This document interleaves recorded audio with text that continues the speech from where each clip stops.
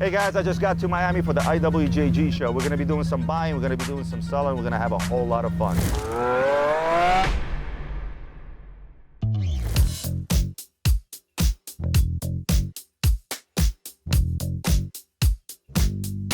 Just landed in Miami, and I got in a couple of days early because I had a few things to do prior to the IWJG show, and one of those things was a meeting with Lee. He runs a high-end car rental business. He's also a big watch lover, has a huge collection, so I told him, I said, you know what, I want to come over and I want to see some of your watches, and I want to compare the car business to the watch business. There's a huge similarity between watches and cars, and one of the things I always talk to people about is a watch is not an investment. We had a conversation back at the Bitcoin convention where you put forth a formula how a car can become an investment, and this is something that you guys do in regards to, let's say I take a Ferrari and I park it with MPH, what happens? I've been doing this for a little bit more than 10 years. There's a lot of cars that depreciate and you lose your ass off. I bought a Urus in 2019, brand new when they first came out. They were hot cars. They're going for like 10 grand over sticker at the time, and I was like, not normal, right? I racked up about 30,000 miles in the car for 3 years, and I bought the car for $250. That was the window, that was the sticker of the car. Today, I'm getting offers for $250 to sell the car. If it didn't have 30,000 miles, it probably would be worth $350. Is that due to the crazy market that we're living in now? Yes, that's only because of that, yeah. Because normally a Lambo will not appreciate. Unless it's like some super limited one. These cars are not supposed to appreciate, but they have been in the past couple of years, and obviously I've been capitalizing on it and taking advantage of it. But at the end of the day, this is not what the normal market is. Before, there was very rare, maybe out of 20 cars, 1 or 2 didn't depreciate as much, but it never appreciated. But that's the win in cars, is it doesn't depreciate as much. Correct, that's a win, yeah. G-Wagon has never depreciated so much. The Urus is never, you're supposed to depreciate so much. A couple of unique Ferraris, 458s, 48s, they're not supposed to depreciate as much. This year, they've all been appreciating, which is crazy. I'm making money renting the cars and making money selling the cars when I'm done with them. It's not normal, which I love it. I wish it stays like this forever, but we all know it's not going to. What happens when I park a car with Lee? I spend X amount of money on a car that's rentable. I come down here, I use it, and then I park it with you. What happens? So I would, first of all, point you in the right direction if you're not educated so much in this, and I will make sure. I am not. So obviously, yeah, I would never want you to get burnt in the future because we never do business, and I'm in business for a long term. So if you get a car, the right car, if you get a car at sticker, let's say I'm going back to the Urus because that's a really good example, or a G-Wagon, same thing. If you're able to get a G-Wagon at sticker, which good luck today. What are they, like 50 to 100 over list, depending on which 100 one? grand over sticker. It's insane. A G63 is about 100 grand over sticker. So let's say a Urus, which is more realistic, you're able to order those cars, and you can wait a year, sometimes a year and a half, and get the vehicle at sticker at $250,000. You're safe in that car. You can rent it for a year and then still sell it for a little bit of a profit and keep the revenue from renting it and enjoy the vehicle. That's the best thing about this whole thing. You know, when I first started this business, I wanted to just enjoy these cars and rent them out sometimes so I could offset my expenses. I was praying to have a free car at the end of the year. Now I turn this to a business and becoming a profitable one. A majority of the cars are yours, though, right? So currently I have roughly just under 80 vehicles. 20 of them belong to me. 60 of them I'm managing at the moment. Okay, so you're managing 60. I'm managing, yeah. So I give you the opportunity of buying a car from me, but I'm very picky. I make sure that I only accept cars that I need. I will never want to borrow your car and park it here and it doesn't move. The Pathfinder, how does that rent out? That will move to go give me some lunch or something. That's about it. Okay. I mean, yeah, but real talk, the specific cars, the popular ones, Aventadors, the Huracans, the Uruses, G-Wagons, Phantoms, Cullinans, those are cars that constantly move. And I have like 5, 6, 7 of each one of those cars. And people always tell me, hey, don't you have enough Huracans? I can never have enough Huracans. I need as many as I can. What about watches? Anybody ever ask you to rent a watch? I became very friendly with a lot of these artists who shoot music videos. We always bring 5, 6 cars for the music video, and I'm always wearing a nice watch, and we always talk about watches. I end up giving the watch sometimes for free because we're friends, but I never had a client who would say, hey, I'll pay you to rent the watch, and it's a little scary. I cannot just put a $500,000 watch on your wrist and say, hopefully you come back. It really becomes a question of what kind of a crazy insurance company can you get to insure that watch? And is the insurance cost going to become reasonable to an extent where somebody's willing to pay X amount? The reason I've never done anything like that is because I'm not sitting in the middle of fancy cars and fancy planes that are being rented out. It could be a good idea, and I spoke to my insurance company about it already. Look, we live in the flex culture world. In your business, it's probably 90% flex, if not more. In my business, it's becoming more and more of a flex. The flex culture is catching on to the watch culture. It used to be, stuffy boutique, white gloves, guy in a suit, no more. You got young kids here that are out here making money and they want to flex. Majority of the watch public is still very conservative, but it's slowly starting to merge together. And even the most conservative people, a client was 82 2 years old, generational money. He calls me up. He's like, Roman, he's like, literally word for word, I want to flex. You're 82. He said that. He used the word flex. He's like, I want to flex. And the money's no object, obviously. He's like, what do? I was like, I'll send you a richer meal. He's like, yes, that's it, richer meal. That's the popular stuff. It's becoming a reality as far as that's concerned, which is cool. I really like that. Let's talk about your watches. Yeah. Did you bring some of your watches? I brought some watches, yeah. All right, so let's talk. Give me that little case right there.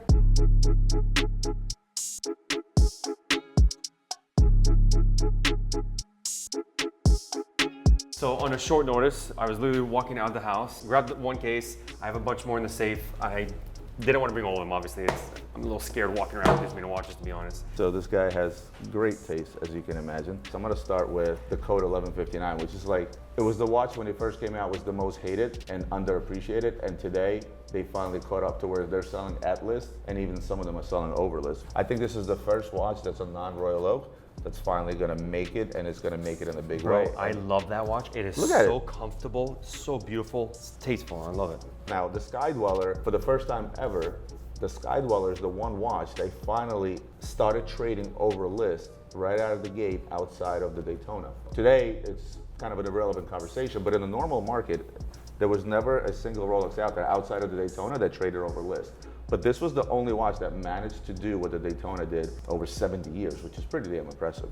And obviously the version in gold is insane. I think this is one of the pieces that I would probably say that even sort of propelled the Nautilus hype even further out. Yeah. Because this was the one watch when it first came out that started trading at triple its retail value right out of the gate, just because people saw something and saying, okay, this is gonna be the watch. And when this came out, somebody out there said, you know what, it's a 450 watch, I don't give a shit. And it propelled all the other ones, which is absolutely insane. You probably gave your dealer a card to get this, or your left kid, you wanted the other. And rightfully so, it's a beautiful watch, it's iconic. To me, this is end of discussion, as we like to call it. So offshores, 05 to 2012, the offshore was the leader from AP. Everybody wanted an offshore. Nobody cared about the Royal Oaks. Like, you can get a Royal Oak at a discount, no problem. Offshores, you have to pay through the roof because they made a lot of limited editions. That's what caused it. Yeah. And I have a couple more at home, bro. I love offshore. I love that. 𝗵𝗍𝗄𝗎. All right, so 𝗃𝗏 is synonymous with 𝗵𝗍𝗄𝗎, which is the big race in Italy. Also, this is a little story behind this one. This is my first watch. Oh, and consider, you know what? As a car guy, to have a 𝗵𝗍𝗄𝗎 as your first watch, I think is amazing. Look, it's a nice large size. It's something that's never going to break the bank. I mean, to you, it's priceless if it's your first watch. It is literally priceless. It's priceless if it's my first watch. Exactly. But the 𝗵𝗍𝗄𝗎, I mean, there's so much history behind 𝗵𝗍𝗄𝗎 and cars. Familiar with Walden? When did you buy this? So I didn't buy it. I got it gifted. Walden is a good friend of mine. Andrew Walden. Oh, he is? Okay. Yeah, became a client, and then we became really friendly. Talked watches, obviously, and got into it. And then one day he just gifted me the watch. And I love it. It's a beautiful piece. One of the things I talk to people about all the time is that say, oh, I want this and I want that, and what's that 𝗃𝗏 𝗵𝗍𝗄𝗎 doing next to a $450,000 Patek? It doesn't matter. You buy what you like, you wear what you like, but most of all, when watches have a different value other than money value, that's when it becomes a win-win. Yep. The fact that he loves them both just the same, that's a win-win. I love APs. I have a bunch of them, and that's my favorite brand between all three of the big boys. I can't even talk about Richard Mille. Plastic watches for $500,000. I'm sorry, I can't do that. But when it comes to the big three, top three, AP is my favorite.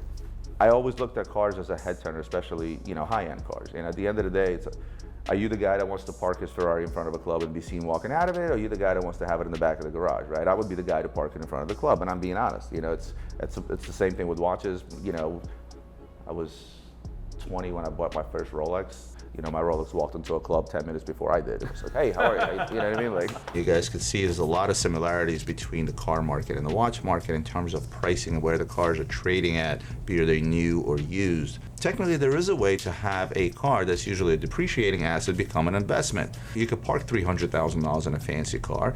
You know, it's only a matter of time until Lee rents it out for an X amount of time, where the car starts to pay for itself, and the next time you're in town and you need your car for 2 weeks, it just doesn't get rented out and you get to use your own cars. So there are ways to do this. I wish I could do that with watches, but it becomes a bit more complicated. But in either case, I came to see some cool cars, and boy, did Lee have some cool cars. So this is the Bentley GT. It's a flying spur. Sorry, not flying spur. It's a Bentley GT. It's a speedster, I meant to say. It's the V12 engine. We just got this car. It's brand new. This is a very high window sticker. If you can look at all the bottom, you see the carbon fiber. These little touches that I did to these cars are, no one does this. You know, other car rental companies get the lowest window sticker, and I just go ham. I get all the bells and whistles, all the updates, everything it comes with. Also brand new 2023. We just got this one. Actually, 2022. Oh, your favorite brand? Fucking hate this car. Breaks down all the time. Aventador S Roadster. This is a phenomenal car. Again, look at all the carbon fiber. Who the hell spends money on adding carbon fiber everywhere? And you know what the Only funny, me. You know what the funny part is this is not an extra $5,000. This is like tens of thousands of dollars. Yeah, 25 grand, 15 grand. Yeah, for the whole kit, there's another 30 grand and includes the skirts. Look at the back bumper. The whole back bumper is all carbon fiber. This is no joke. So for me, aesthetically, we talked about this inside. This is it. Bro, if you even look inside here, it's carbon fiber inside the engine bay where no one sees. We have Floyd Mayweather's jet in the background. We have these amazing, this is a G550 right here. This is a Boeing, this is a private airplane. This guy right here purchased a $100 million jet, renovated to make it his custom airplane. Only 12 passengers can fit in and out. From 200 passengers to 12. He's got a master bedroom. So this is the Maybach, the GLS 600, excuse me. This is insane. So when we have a little lunch break and we get a little bored, Robert takes us around to grab some lunch, and then he puts on my favorite song, and we bounce on the way there.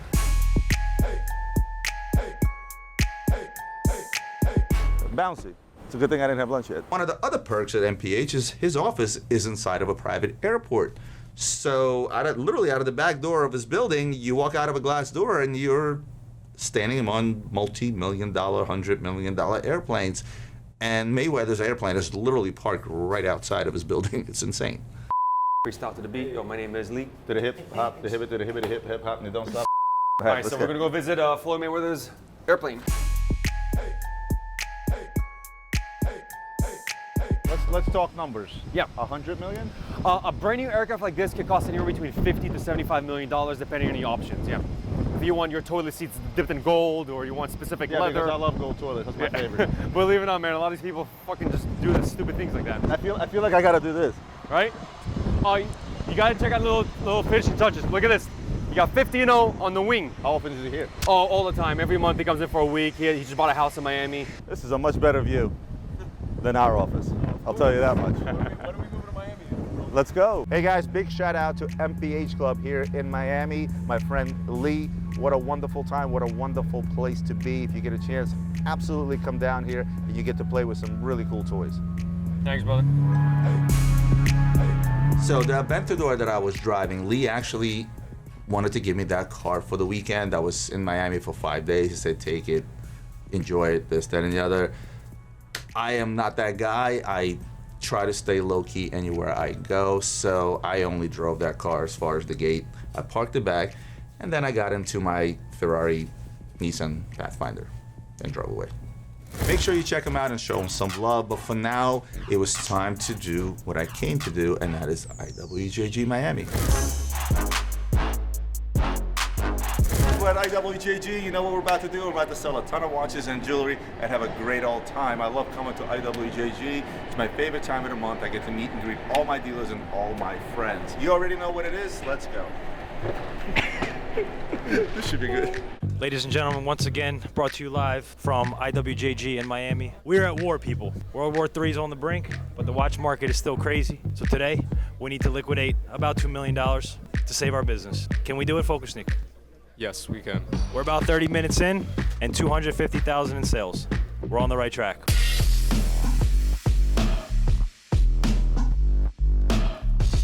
$20 new style card used. This is a good deal, but I'm still gonna bargain for it. 2020 new card? Yes. 45. Come up a little bit. 45.5. That's all. Write it up. Shout out my man Josh from Chicago, always beating me up $100 on price, but we always have to make it work. I was pretty much looking for anything. Luxury Bazaar has it all. And I got a rhodium Sky on Oyster Flex. Really good price. So far, just one. I'll probably make like $250 on an $80,000 investment. No, I'm just kidding. The day Josh makes $250 on a $44,500 investment is the day I will quit this business. You hear that, Josh? It's the Grail right here. Ultimate Grail. Play better. You remember they were 90 grand? And they were 70 grand. I remember 90. I came in the business, they were 87. My dad paid. Yeah, but my dad paid like $68,000. Well, you act like you are. What up? You got? I got it all. Camrack is back on the gray market. His real name is Cameron Shack, Roman, not Camrack. Honestly, I'm looking to sell, to be honest with you. How much for the Hulk? 20 naked, 26.5. How about 26 for Cameron?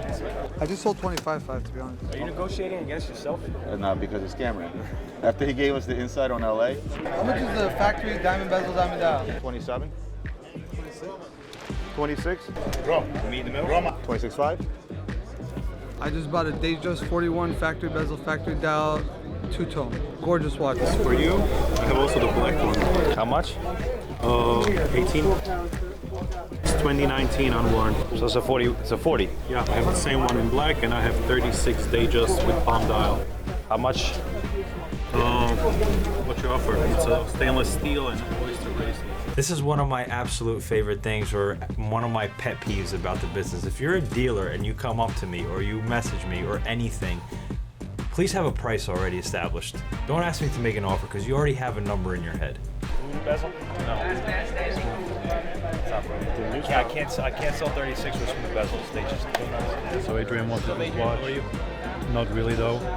He has a lot of 40s, and if it was 41, he would take it, but yeah, next time maybe. So I've been holding on to a whole bunch of Rolex. Sell.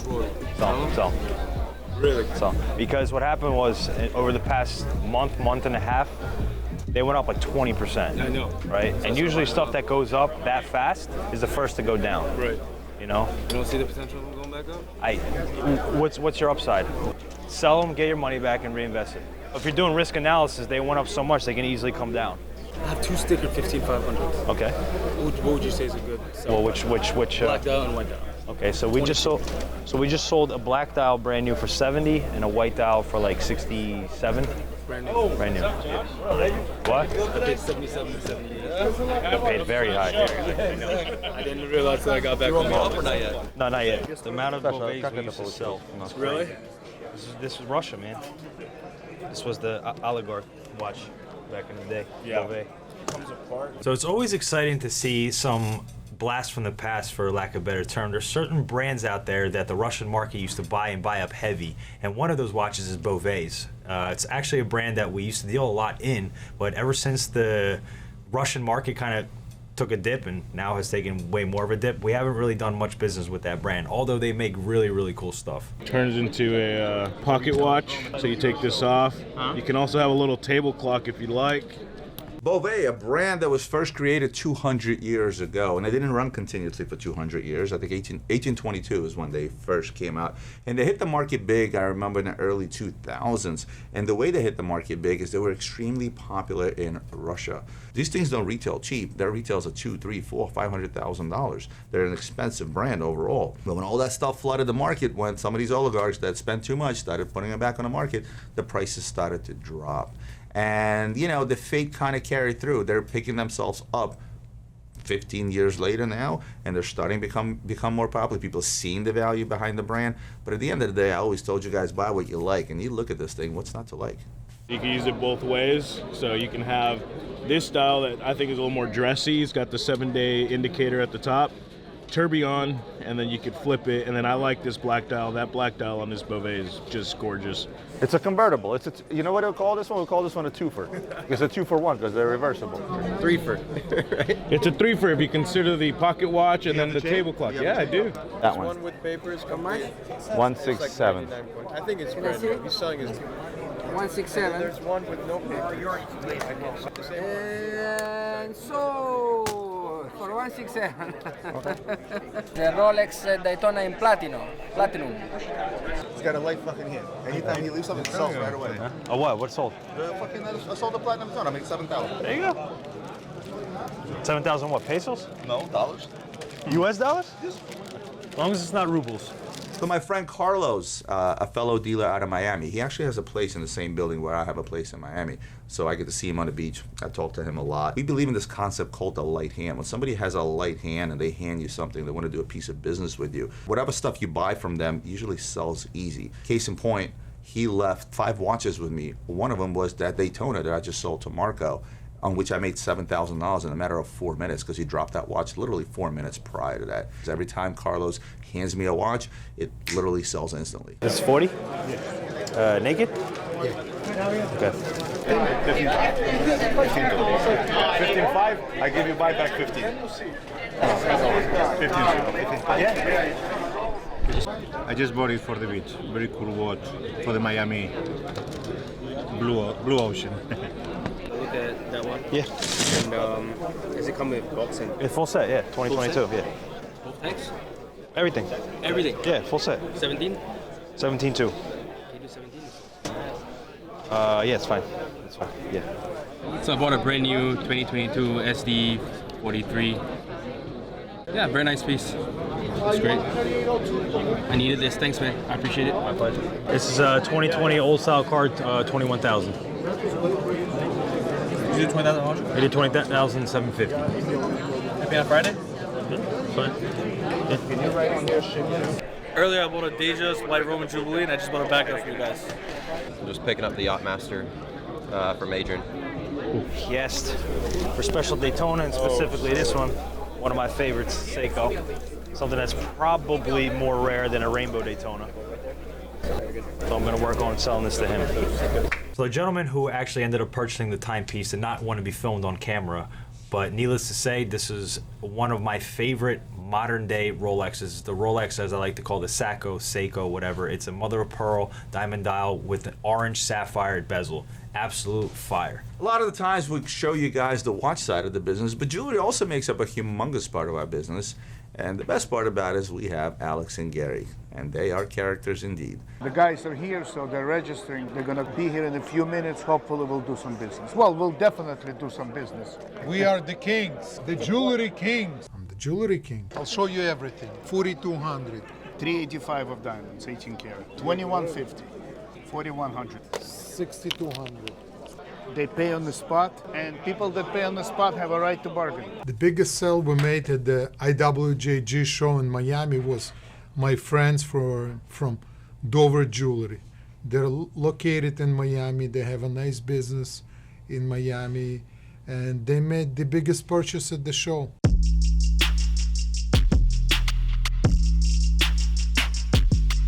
So there seems to be a feeling of slowness at the show. Everybody's a little panicky about what's going on in the world. Things are moving, but there's a bit of a scare in the room, if you will. The only way you're going to make money is to buy and sell, so those that know that, they're going to continue buying, myself included. There has been a slight slowdown in the market. Not a slowdown as you would think. The demand is still there. The high prices are still there. The shortage of merchandise is still there.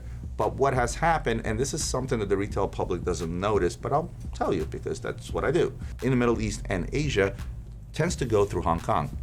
Case in point, why I have an office there. So when there is a shutdown, the prices in Asia tend to slow down and they tend to go down. And we also had, about a month ago, and also about a month to 2 months ago, all of a sudden we had a spike that was faster than usual. What happens when prices gradually climb? It's not an issue. There's a problem when the prices climb and they spike up at once 20 to 25%. If there's that fast spikes, odds are if something happens, there's going to be that fast drop in particular models, i.e. the hottest, the latest, the greatest. This is it's a platinum day-date with a baguette bezel, green dial, Arabic. Very rare. Freddie, what do you want for this? I know what I paid. I just don't know. I can't figure out how much money you want to make. This. Need to move that, bro. Yeah, kind of money. I know. It comes with this. I know. You know how it comes, right? The Premier. Yeah. How much? He pulled out something ridiculous. The two tourbillons that he had were just out of this world. Of course, he was asking a bit of a crazy price for the turquoise tourbillon. $650 is what he was asking. I know there was another one on the market for $1 million, but I don't know of one that's sold. Do I think $650 is a reasonable price for that watch? No, I really don't. Do I love that watch? Absolutely, I do. Don't give me a Freddie price. Give me a Roman price. Real number? They're asking up to $1 million. Whoever has it. Yeah, who sold one for $1 million? Show me that person. I'll give him a trophy. What do you think, Adrian? I know a friend that had it for much cheaper. How about that? Get the fuck out of here. 650, 160. Wait, put this. How about? Get a look at that. No. What I'm saying is, I really do like that. Royal Oak Tourbillon Rose Gold 41, Gray Sunburst dial. That Premier is sick. What metal is The that? die on the strap. White gold. No, it's stainless steel. What, the Premiers? Yep. Yeah, stainless steel. I think stainless steel is more desirable. Like platinums don't sell well at all Because yeah, it's easier. People prefer It's easier to wear. Of course, this is a trade show. Okay, this is not a sale show. This is not a buy show. This is a trade show. So we buy, sell, trade. It was time to do what I love to do: go out and buy some stuff. Your FedEx truck made it on the cover of the video. Everybody loved it. What's this actually trading at? So we just bought 2 brand new for $195. One an older one, 2017, would probably want to buy for $170, sell $185. Love the hustle, love the channel. Thank you. Thank you. On Instagram. How much you asking for that margarita piece of pizza? 3,500. Sold! All right, Miguel. 265, 60, brand new, 59. How much for the RGTI? 385, full set. 350. I'm gonna sell 375. Those name Just would offer me 365, McLaren. No. Okay. How much? 74. No. How much? 45 new. Put this aside. We'll work something out. What's the deal with this? Perfect condition. 46,000. 43. 45. 43. It's very good. It's like new condition. Look. It doesn't. The condition I can make any condition. I give it to my watchmaker. It's condition. What condition? 45. It's like new condition. Look at the buckle. It's like new condition. No. What condition is this? It's like new condition. It's a no. I thought it was the other one. I have another one from Mexico. These two? All right. So look, I would take these 2 for 88,000. Take it off the bill. Just take it off the bill. 90,000. What 90,000? No. 88. 88. Take it off the bill. Take it off the bill. 88. Yeah, of course. We'll take it off the bill. But 88. You can do. I know you can do. You can do. This I lost 25,000 profit when I sold it. just 89. Don't lose each other's time. Okay, fine. So 89 make me invoice for these 2. Men's Royal Oak Offshore, 26401 RO. And then we got a 15450 ST with a white dial, fully stickered, brand new. And now go ask Miguel if he feels violated after we bought those 2 watches. I feel violated. So day 1 comes to a close. It was a slow day. People are a little bit cautious right now with everything that's going on in the world. Nevertheless, we still sold a bunch of stuff. What was moving? Mainly Rolex, Audemars Piguet, and Richard Mille, surprise, surprise. But we did sell off a few oddball pieces just the same. So overall, it was a pretty good day, considering there's a bit of an uneasy feeling in the room. That's what I would call it. But we'll see what day 2 brings. So the uneasiness in the room and seemingly a slow show, I don't look at that. I look at the numbers. I finished day 1 with about 1.4 million in sales.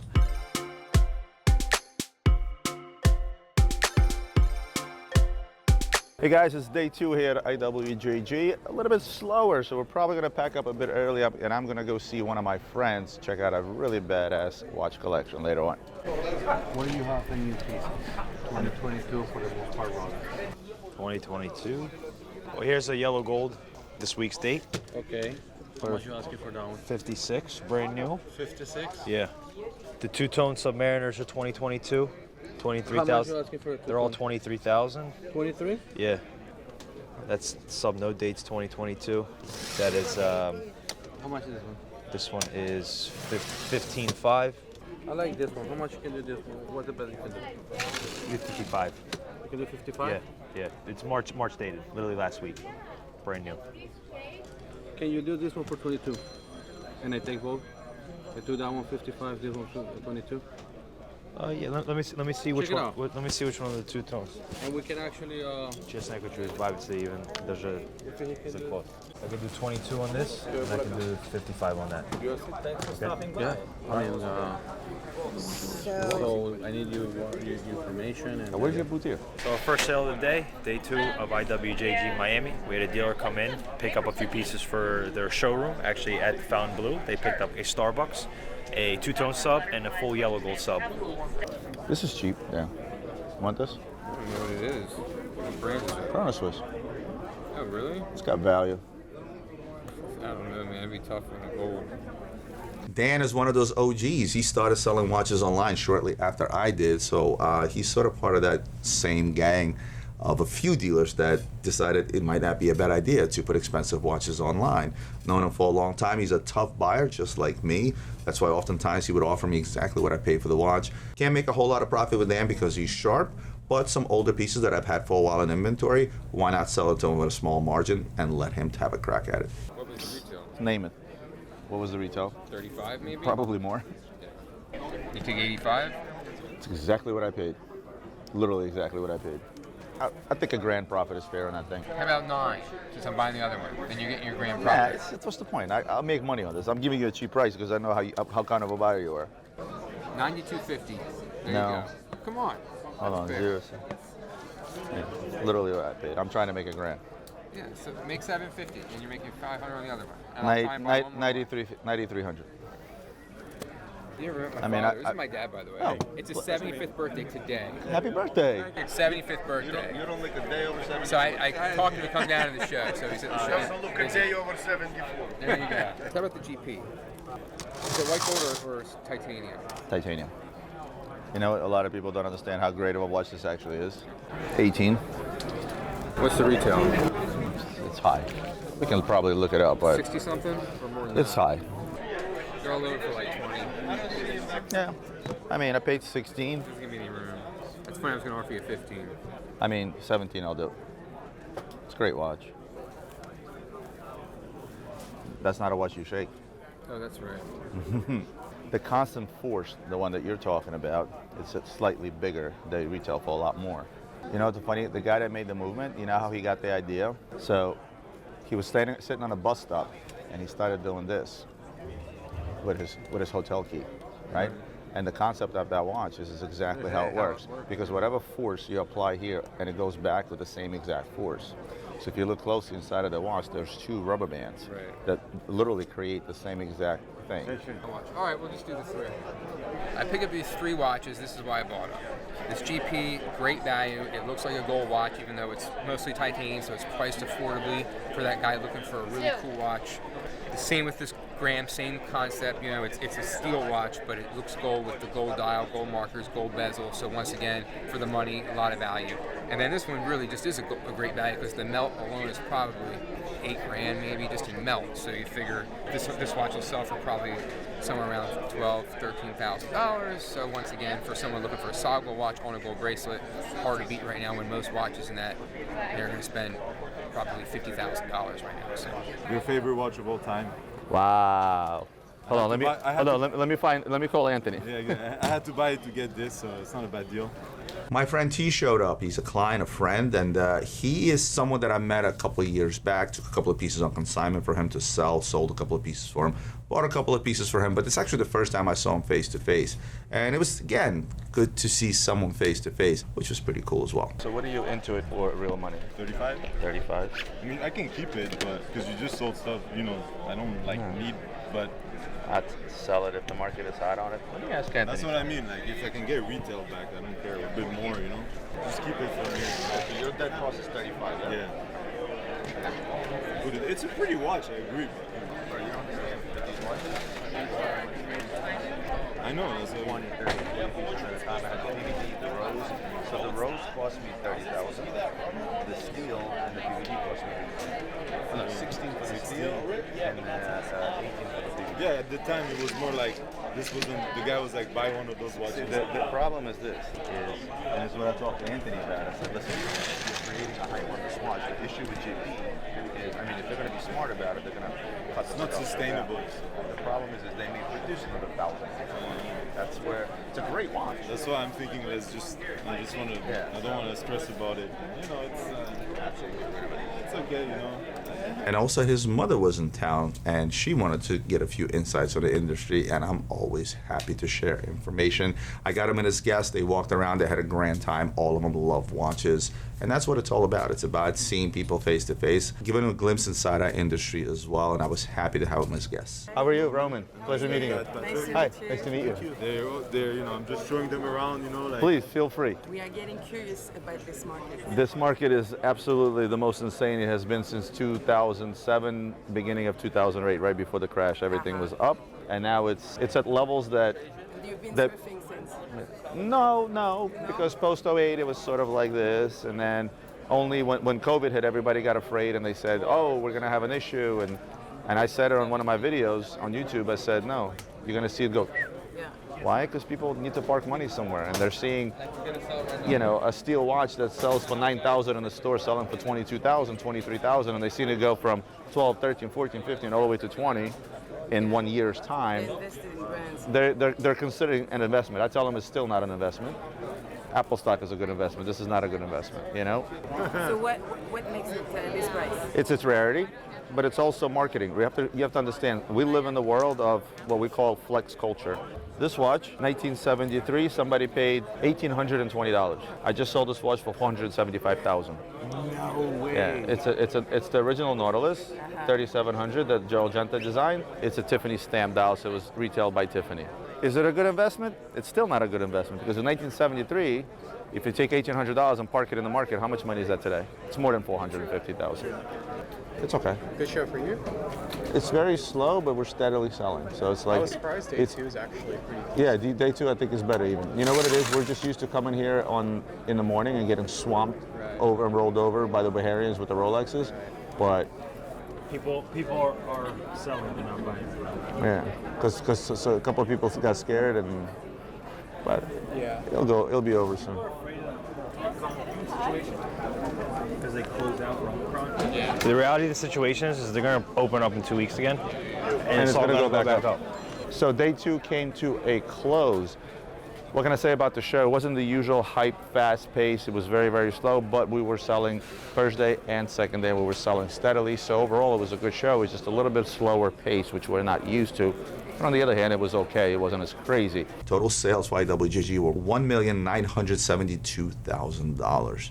So it ended up being a great show once again. And now we're off to see my friend Bobby over in Boca.